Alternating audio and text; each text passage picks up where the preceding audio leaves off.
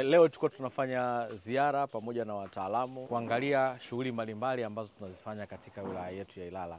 Tumefika hapa Kitunda Relini kuona ujenzi wa shule ya sekondari ya Kitunda Relini, ukamilishaji wa jengo hili la thamani ya bilioni 4.1.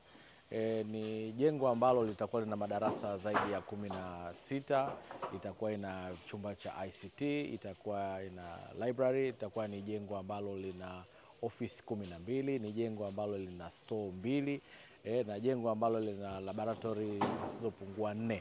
Naona ni jengo ambalo limekamilika. Majengo hili ni miongoni mwa magorofa 8 ambayo yanajengwa katika halmashauri yetu ya jiji la Dar es Salaam. Lakini jengo kama hili ni jengo ambalo halmashauri ya jiji la Dar es Salaam inaenda kujenga kwenye kata ya Upanga, ambao kwa kushirikiana na ndugu zetu wa CRDB tunaenda kujenga jengo kama hili, lakini pia kwa mapato ya ndani tunaenda kujenga jengo kama hili Vingunguti. Hivyo leo hii tumepita kuangalia muendelezo wa ujenzi wa jengo hili.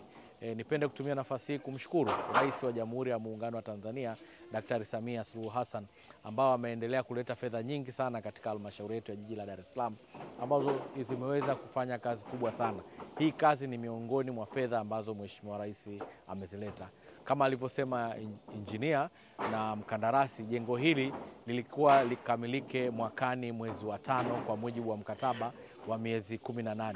Lakini kwa ajili ya kazi kubwa ambayo anaifanya mkurugenzi wetu na wataalamu wake kwa usimamizi madhubuti, lakini pia kwa ubora wa injinia ambao tunaye Nico Construction, wameweza kufanya kazi hii chini ya muda ambao uliopangwa, na tunatazamia mwakani watoto wetu wataenda kuanza hapa shule hii, ikiwa ni shule mpya ya Kitunda Relini. Tuna kila sababu ya kumshukuru sana Mheshimiwa Rais kwa kazi kubwa. Na leo hii mmepita hapo ndani, mmeona ubora wa shule. Shule hizi zilikuwa zamani ungesema ni shule za kizungu au unazikuta huko Ulaya ukienda kusoma. Lakini leo hii unakuta hapa Kitunda Relini shule ya sekondari ya kwanza imejengwa ikiwa na hali kama hii. Tuna kila sababu ya kumshukuru sana Mheshimiwa Rais. Wito wangu kwa wanailala, miundombinu hii twendeni tukaitunze sana. Inatumia fedha nyingi sana za serikali kwenda kujenga hii miundombinu. Na miundombinu hii ambayo inaletwa na serikali ni kwa ajili ya kwenda kusaidia familia yetu ya wanailala, na ndugu zetu wengi wanakwenda kupata hapa. Lakini pia zile familia ambazo hawawezi kuwapeleka watoto wao nje, hao hawawezi kukaa nje, ndio wanaokuja kusoma hapa.